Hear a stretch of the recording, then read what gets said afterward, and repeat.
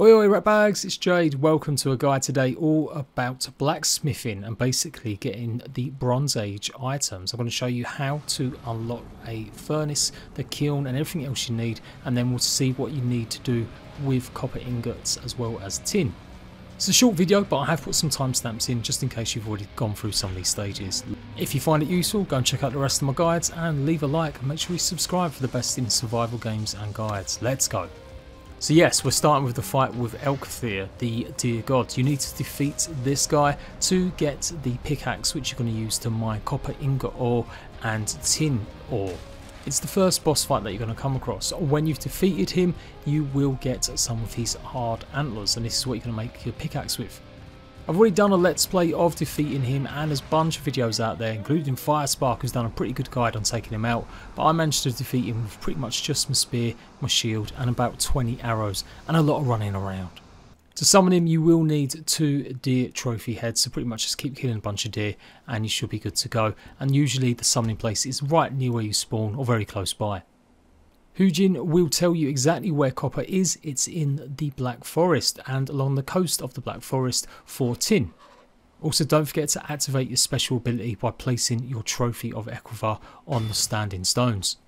It only costs 10 wood and 1 of the hard antlers, so you'll have plenty left if you want to make more, but don't forget you can repair them for absolutely free at your workbench. So it's time to enter the Black Forest. Now actually you may have gone in here already and explored some of the tombs. That's what you probably need to head to first before you go start mining a bunch of copper or tin. Now sometimes the copper deposits are so big you can actually run past them. This is the copper deposit, it's huge. You can mine all through this and you might get around 8 to 10 pieces of copper, maybe a bit more. But what we're really after is one of these barrows, these dungeons, whatever you want to call it. You need to go through here, clear out the skeletons, because this is where we're going to get the special stones that are going to make our forge. Now there's a few different types of these situated in the Black Forest. Not all of them contain the surtling stones. That's what you're going to be after when you explore these. These burial chambers usually have 3 doorways, and you will normally find some surtling stones in either one of them, but not always guaranteed. Sometimes you'll only just find some chests with some treasure in. Here is the surtling core or stone. I keep calling it a stone, but it's actually a core. You can see now we've unlocked the smelter, the charcoal kiln, and that is pretty much where you're going to start out. I keep calling it the forge, but it's not technically a forge.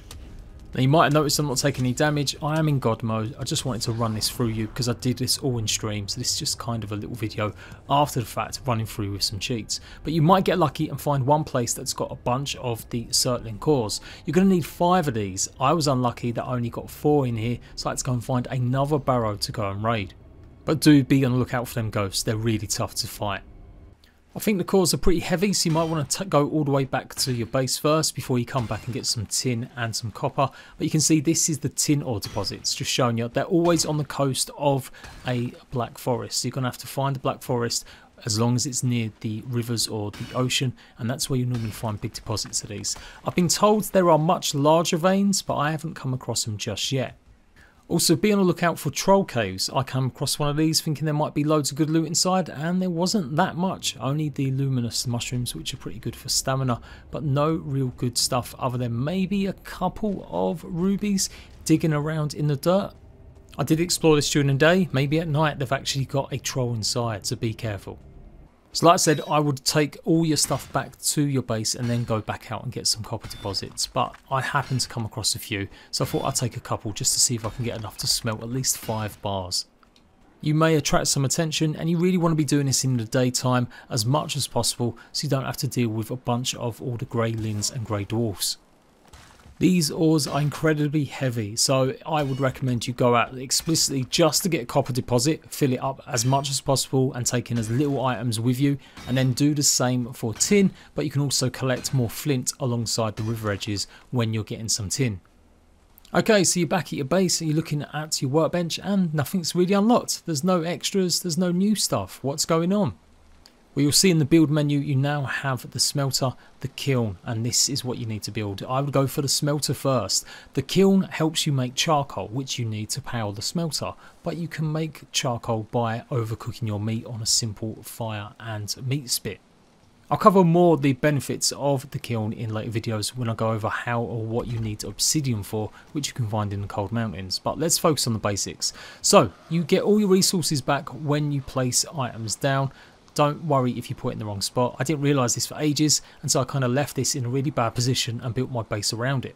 But here Hujin pretty much talks you through exactly what you're going to be doing.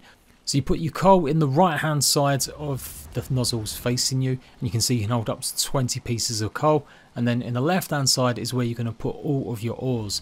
I do believe you can only put the same type of ore in, so you've got to put it all with tin or all with copper before it will be finished, and then you simply just got to wait for it to cook up all the coal and then start producing you your ingots.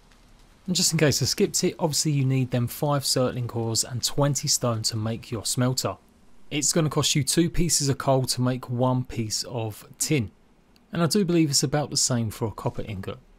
Again, you may go back to your workbench and you're surprised to see that there's nothing else that can be made. What's going on? You do need to craft 1 more big bench before you can unlock some of that bronze goodness.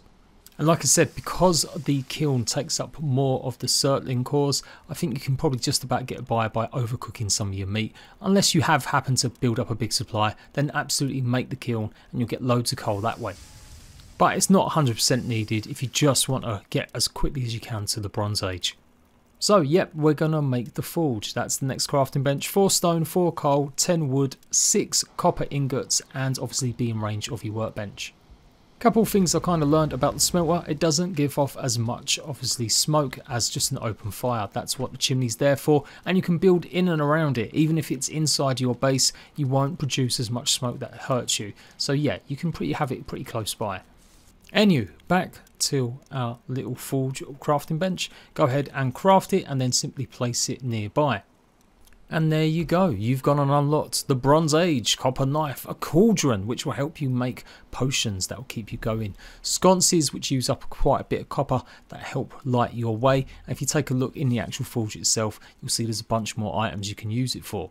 Just like a normal workbench, you can upgrade it to make level 2 stuff, but it doesn't unlock any extra recipes as far as I'm aware, but it will increase your base stats when you upgrade any of the weapons you've already made. This will give you access to swords for the first time, and so you can start upgrading your sword skills, as well as poleaxes, which I do believe are maces. I could be wrong on that. Anyhow, what you really want to be focusing on is the cultivator. That's what you're going to need to start growing your own crops. That's probably the most important thing you can make using bronze, so make that first. And just to show you what the anvil looks like, you have to place it close by to the forge, just like you had to do with the workbench and the wood cutting block. So it might be nice to make your own separate little buildings for these and just have lots of workbenches tying them all together. Who knows, when I get obsidian, maybe it will give me some more recipes that I can use in the forge now that I've got the anvil up to level 2 as well. But yeah, I'm pretty sure it only just upgrades your items that you've already making, or you're going to make some new ones. I hope this has been beneficial. I hope it's going to get you to that Bronze Age a little bit quicker. Obviously, I've done this in a guide format. I'm using cheats in some of it. I've used gameplay for my first Let's Play. You will take a considerable amount of more time to do this. You ain't going to be doing this in day 1. But now, hopefully you know exactly what to aim for and what you should be doing first. You don't need the kiln straight away. Focus on just getting to the cultivator as quickly as possible, as in my opinion, that's the ultimate aim of getting to the Bronze Age, so that you can start growing your own crops. After that, of course, upgrade all your weapons, learn how to use the sword. It's going to be great, but that is the main focus. If it has been useful, as I said, make sure you're liking. Why aren't you subscribed? Subscribe now. And I'll see you at Bags for another guide tutorial in Valheim very soon.